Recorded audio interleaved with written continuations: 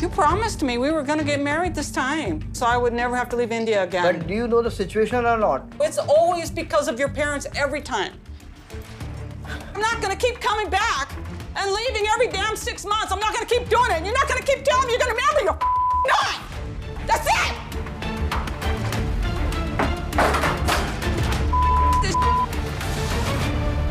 For years, the world thought they knew Jenny and Sumit's story, until a terrifying reality shattered the fiction. While internet trolls peddled wild rumors of secret escapes and corporate surrogacy scams, the actual truth was far more devastating. Jenny Slatten is facing the fight of her life against terminal ALS, battling a disease that is stealing her voice and her mobility. No hidden scandals, no scripted plots, just an agonizing, real-world race against time, as Sumit steps up as her full-time caregiver, desperately fighting to secure an emergency medical visa to bring her home. This isn't reality TV drama. This is a battle for survival. For over half a decade, 90 Day Fiancé fans across the globe have watched the improbable, cross-cultural, and deeply scrutinized romance of Jenny Slatten and Sumit Singh unfold. From the early days of catfishing revelations in Palm Springs to the grueling culture clashes in India, their journey has been broadcast to millions. Yet behind the polished lenses of TLC production crews and the carefully curated social media updates lies a much darker, more complicated reality, one defined by viral rumors, off-camera health crises, legal hurdles, and intense fan speculation. When dramatic headlines surface claiming that Jenny has packed a single bag, fled India forever, and uncovered a clandestine plot involving secret marriages and legal traps, it triggers an immediate frenzy across Reddit threads, TikTok breakdowns, and tabloid columns. But separating sensationalized clickbait from real-world developments requires looking past the screen. The modern reality television ecosystem thrives on ambiguity. When a couple's storyline on shows like 90 Day Fiancé, The Other Way, or 90 Day, The Last Resort hits a wall of friction, such as living under the same roof with Sumit's traditional parents, fan forums naturally begin to speculate. In early 2026, as Season 7 of The Other Way concluded and the tell-all specials aired, tension between Jenny and Sumit was palpable. Viewers watched as generational clashes, living arrangements, and marital strain brought the couple to a boiling point. Teasers hinted at divorce, and casual remarks made during the reunion special sent internet sleuths into overdrive. Soon, unverified claims began multiplying across alternative media channels and YouTube documentary-style clips. These videos often mixed actual broadcast footage with fabricated audio transcripts, anonymous whistleblower leaks, and dramatic voiceovers. Stories of secret domestic arrangements, covert legal documents, and sudden midnight flights from New Delhi airports quickly went viral, presenting a narrative of deception that captivated millions of viewers looking for hidden scandals. The genesis of the rumor mill, decoding the clickbait pipeline. To understand how a routine couple's dispute transforms into an apocalyptic tale of international corporate conspiracy, one must examine the anatomy of internet tabloid culture. The digital landscape surrounding 90 Day Fiancé has evolved into an industrial complex of fan-run gossip channels, Reddit deep dives, and algorithm-driven YouTube video essays. When Jenny Slatten and Sumit Singh first appeared on our screens during Season 1 of 90 Day Fiancé The Other Way, viewers were introduced to a romance built on a foundation of deceit. Sumit had originally catfished Jenny, creating a fake online persona before eventually coming clean. Despite the massive red flag, Jenny chose to forgive him, traveling halfway across the world to India. There, she was met with another devastating shock. Sumit was legally married to another woman in an arranged marriage arranged by his family. These foundational layers of trauma, deception, and cultural barriers permanently altered how the public viewed their relationship. Every subsequent conflict, whether it was Sumit's mother opposing their marriage, the grueling process of securing legal residency, or the endless delays in finalizing Sumit's divorce, was met by fans with an underlying assumption that the other shoe was always about to drop. Thus, when malicious content creators needed a viral hook, they exploited this historical baseline. By taking minor out-of-context arguments from recent episodes and combining them with deepfake audio techniques or fabricated text message screenshots, channels could easily manufacture a narrative that Jenny had finally snapped. The narrative arc of the viral videos, complete with dramatic timestamps, descriptions of airport security cameras, and anonymous emails from fictional characters like Neha Rani Singh, was custom-built to exploit the anxieties of a loyal fanbase. It preyed on the viewer's deepest fears, that Sumit's charming smile and poetic devotion were all part of a calculated 10-year-long con. Behind the screen, the exhausting reality of cross-cultural marriage.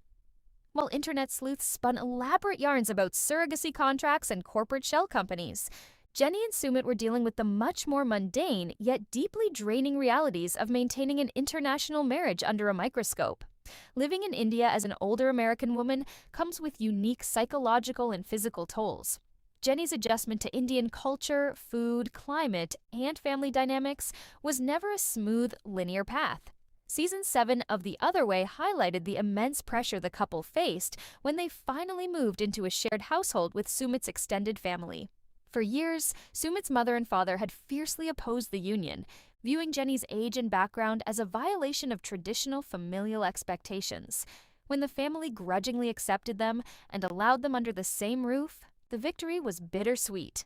Day-to-day life under the watchful eyes of conservative in-laws created immense tension.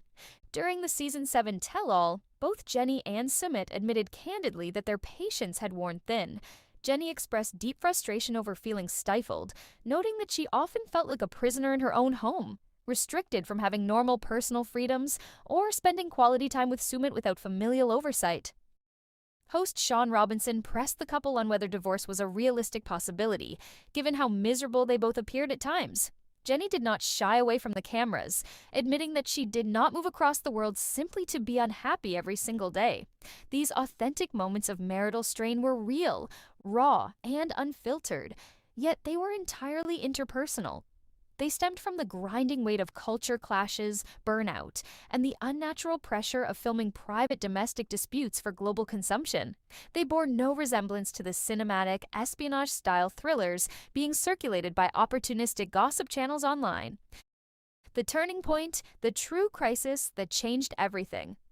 While online audiences were distracted by manufactured rumors of midnight flights and corporate fraud, Jenny and Sumit's world was upended by a genuine, life-altering crisis, one that transcended reality television drama and forced the couple to confront the fragility of human life.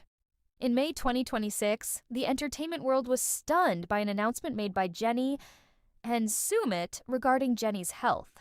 What many internet trolls had whispered about as a dramatic disappearance or a severe mental breakdown was actually a terrifying medical reality. Jenny Slatten had been diagnosed with amyotrophic lateral sclerosis, ALS, commonly known as Lou Gehrig's disease, specifically presenting as bulbar onset ALS. The diagnosis did not happen overnight, nor did it occur in a vacuum.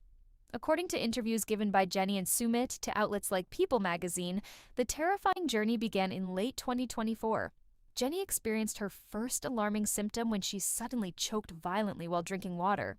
Initially dismissed as a minor infection or a random swallowing spasm, the condition gradually worsened over the following months.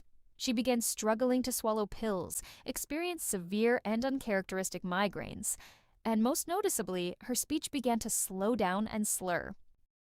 For months, the couple kept the symptoms private, hoping against hope that doctors in India would find a simple explanation or a quick fix. However, during a trip to New York City for a network holiday event, eagle-eyed fans noticed the subtle changes in Jenny's speech patterns and physical posture. Online commenters began speculating wildly, with some even correctly guessing that her symptoms mirrored neurological degeneration. Deeply shaken, Jenny and Sumit returned to medical professionals who conducted comprehensive neurological evaluations. The devastating results confirmed what they feared most. Jenny was suffering from ALS, a progressive neurodegenerative disease that attacks nerve cells in the brain and spinal cord, progressively robbing a person of their ability to speak, swallow, and move independently.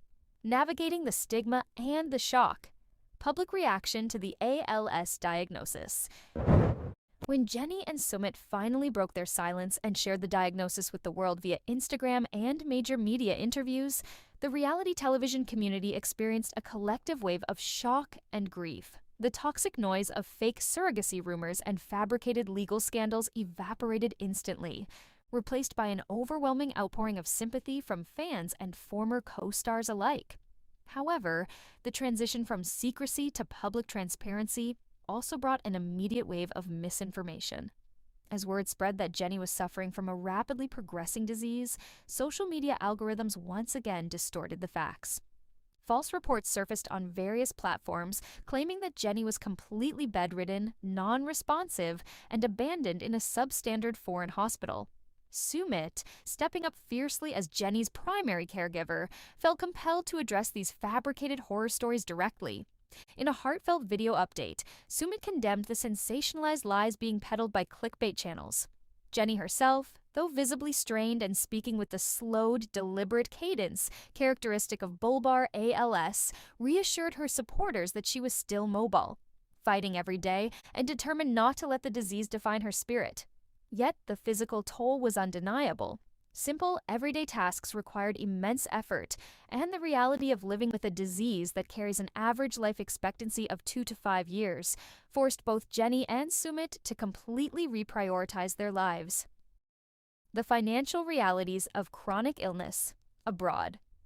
With Jenny's diagnosis public, a harsh economic reality set in. Healthcare in India, while accessible for routine care, presents immense financial and logistical hurdles for specialized, long-term neurodegenerative treatments, especially for foreign nationals who lack local health insurance coverage. In the United States, patients diagnosed with ALS are typically fast-tracked through Social Security disability benefits and Medicare, which cover a significant portion of durable medical equipment, specialized in-home nursing, speech-generating devices, and prescription medications. However, because Jenny had chosen years prior to build her life in India with Sumit, she was outside the immediate safety net of the U.S. healthcare system, faced with mounting medical bills, consultation fees, and the necessity of exploring experimental treatments or clinical trials to slow the progression of bulbar ALS. The couple made the difficult decision to establish a GoFundMe campaign. For many reality stars, turning to public fundraising is met with skepticism, and Jenny and Sumit were no exception. Critics online questioned why an American citizen was raising funds while living abroad, leading to defensive outbursts from internet trolls who accused them of exploiting fans' sympathy. Yet supporters quickly rallied. The campaign gained significant traction, raising tens of thousands of dollars thanks to loyal fans who remembered the joy Jenny and Sumit had brought to their screens over the years. Furthermore, compassion within the 90 Day Fiancé franchise community proved remarkably strong. Fellow cast member Sarper Govan stepped up in a major way, organizing a series of benefit comedy shows in New York City. The event sold out rapidly, demonstrating that despite the drama and scripted nonsense often associated with the franchise, the human empathy of its community remained unbroken when true tragedy struck. As Jenny's bulbar ALS began to progress, her medical team in India delivered a critical, non-negotiable verdict. Jenny could no longer make the grueling, multi-leg international flight back to the United States alone. The physical stress of cabin pressure, long hours in cramped seats, and the lack of immediate medical support made solo travel an unacceptable risk. This medical reality ignited an entirely new crisis, a high-stakes bureaucratic battle. To get Jenny home to the United States, where she could access her Medicare benefits, specialized teaching hospitals, and the full support of her daughter Christina, Sumit had to accompany her. But Sumit is an Indian citizen, and obtaining U.S. travel documentation is notoriously difficult, bureaucratic, and agonizingly slow. Christina Slatten, Jenny's devoted daughter in the U.S., became the family's fiercest advocate and spokesperson during this trying period. In emotional social media updates, Christina detailed the painstaking steps the family took to navigate the U.S. immigration system. Understanding that applying for a traditional spousal green card would take years, time that Jenny simply did not have, the family opted for a faster, specialized route, applying for an emergency tourist spousal visa for Sumit.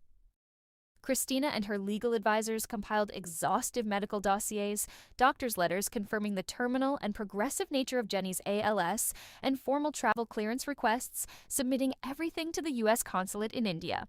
Yet, as families navigating immigration systems know all too well, paperwork guarantees nothing. Sumit's visa appointment was subjected to agonizing delays, and consular officials offered no promises of approval.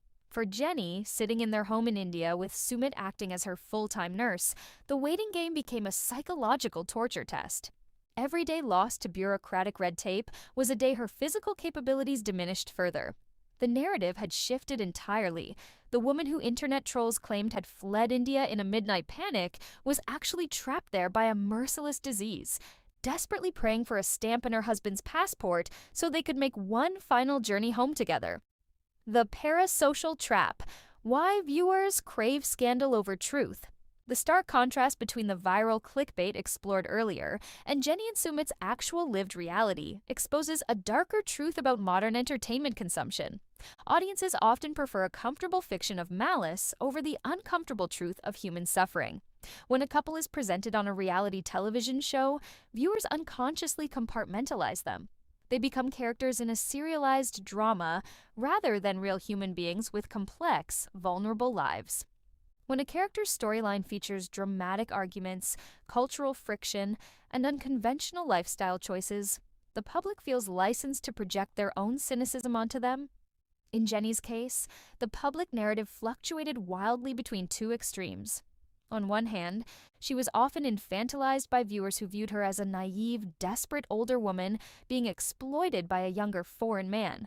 On the other hand, whenever conflict arose, she was painted as stubborn, controlling, or willfully blind. Neither of these extremes allowed for the nuance of a genuine, deeply committed marital partnership navigating extraordinary circumstances. When the ALS diagnosis was revealed, it served as a jarring wake-up call for the fandom. It forced internet sleuths and cynical commentators to confront the fact that the people they were mocking, analyzing, and inventing conspiracy theories about were mortal, aging human beings facing a terminal diagnosis. The manufactured outrage over fake surrogacy scams and secret court cases instantly looked trivial and cruel in the face of a neurodegenerative disease that slowly strips away a person's voice. Deconstructing the secret wife and surrogacy myths. To fully put to rest the sensationalized claims that dominated social media feeds during early 2026, it is worth dissecting why the specific tropes of secret wives and surrogacy scams hold such power in the 90-Day Fiancé universe. Reality television thrives on recycling dramatic beats. Sumit's past involvement in an arranged marriage, which was a genuine plot point during their early seasons, provided fertile ground for malicious creators to invent fictional sequels. In the minds of conspiracy-driven viewers, once a person lies about their marital status once, they are inherently capable of maintaining an infinite web of hidden families forever. Furthermore, the introduction of surrogacy storylines in other international reality formats created a cultural touchstone that gossip channels eagerly Frankensteined into Jenny and Sumit's narrative.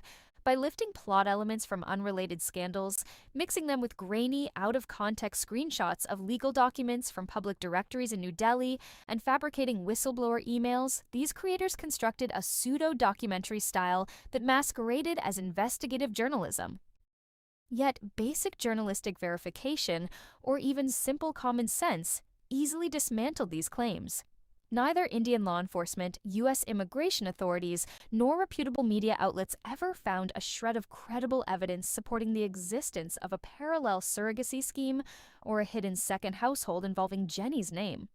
The documents brandished in viral videos were consistently traced back to public templates, generic legal forms, or entirely fabricated digital mock-ups designed solely to generate ad revenue through click-through traffic. The unbreakable bond. Sumit's transformation as a caregiver. If there is a redemptive and emotionally grounding arc to be found in Jenny and Sumit's story, it lies in the evolution of Sumit himself. When viewers first met Sumit on 90 Day Fiancé, he was evasive, cowardly when confronting his parents, and prone to taking the path of least resistance through outright deception. His catfishing past and his hidden marriage made him one of the most distrusted figures in the franchise's history. However, the crucible of real-life adversity often strips away the superficial layers of a person's character. Over the years, as Jenny and Sumit weathered public shaming, cultural ostracization, and family estrangement, Sumit demonstrated a genuine, unwavering commitment to his wife. He stood up to his traditional parents, carved out a life for them independently, and integrated Jenny into his daily existence with deep affection. When Jenny received her ALS diagnosis, Sumit's transformation into a full-time caregiver cemented the depth of his devotion. Caring for a partner with a degenerative neurological condition is a grueling, selfless task that breaks down many marriages of decades-long standing. It requires patience, emotional resilience, physical labor, and an endless capacity for empathy. In interviews and video updates, Sumit's demeanor shifted entirely away from the defensive, reality TV personality persona of the past. He spoke with a quiet, grounded seriousness, focusing entirely on Jenny's comfort, managing her symptoms, navigating the labyrinth of international medical assistance, and defending her dignity against online predators. For fans who spent years doubting his intentions, seeing Sumit holding Jenny's hand through the darkest trial of their lives offered undeniable proof that their bond, whatever its unconventional beginnings, had evolved into a profound and authentic partnership. The logistical nightmare of transferring a terminally ill patient across international borders cannot be overstated. When doctors in India informed Jenny Slatten that her bulbar ALS had progressed to a point where she could no longer endure a multi-leg commercial flight alone, they inadvertently trapped the couple in a high-stakes geopolitical and bureaucratic maze. Moving an American citizen with severe medical needs from New Delhi back to the United States requires an extraordinary synchronization of medical clearances, airline accommodations, oxygen equipment approvals, and, most importantly, legal travel authorization for her foreign national spouse. Because Sumit Singh holds an Indian passport, he cannot simply board a plane to the U.S. on a whim. He requires a valid visa. As detailed by Jenny's daughter Christina, the family chose to pursue an emergency tourist spousal visa rather than a permanent green card, hoping to bypass the multi-year waiting lists that typically bog down immigration channels. However, emergency in bureaucratic terminology rarely aligns with urgent in medical reality. Submitting exhaustive medical dossiers, doctor's certifications, and financial affidavits to the U.S. consulate in India is only the first step. The family remains at the mercy of consular appointment availability, administrative processing times, and the subjective discretion of visa officers. This limbo creates an excruciating psychological environment. Jenny needs the comprehensive support of the U.S. healthcare system and her immediate family, yet she cannot travel without the husband who has become her primary caregiver. Sumit wants nothing more than to ensure his wife receives the best possible care, yet he remains tethered by passport controls and consular queues. This bureaucratic catch-22 exposes the harsh limitations of national borders when confronted with human tragedy, reminding us that immigration systems are rarely designed with the compassionate speed required by terminal illness. The ethics of reality. Television. A call for industry reform. The convergence of Jenny Slatten's terminal diagnosis with the relentless machinery of reality television gossip forces a broader reckoning regarding the ethics of the entertainment industry. For 2 decades, networks like TLC, production houses, and digital content creators have operated under an unwritten rule. Once a person signs a talent release form, their entire life, past, present, and future, becomes public property. Fair game for speculation, mockery, and exploitation. However, the human cost of this unchecked voyeurism is becoming increasingly unsustainable. When reality stars face severe health crises, domestic abuse, financial ruin, or psychological trauma, the production apparatus often offers minimal support, quickly moving on to cast the next generation of dramatic fodder. Industry critics and media ethics advocates are increasingly calling for structural reforms in how reality television casts are managed and protected. Key recommendations include comprehensive psychological support, mandatory ongoing mental health counseling for cast members both during and long after filming concludes, helping them navigate the jarring transition back to private life. Crisis management protocols, establishing dedicated network support teams to assist cast members facing severe medical or legal emergencies, shielding them from targeted online harassment and coordinated misinformation campaigns, digital harassment protections, implementing clearer legal frameworks and proactive moderation standards across official network channels to combat toxic trolling, doxing, and fabricated tabloid rumors. equitable compensation models, ensuring long-term cast members receive fair residuals or health stipends that reflect the multi-million-dollar value they generate for networks over years of programming.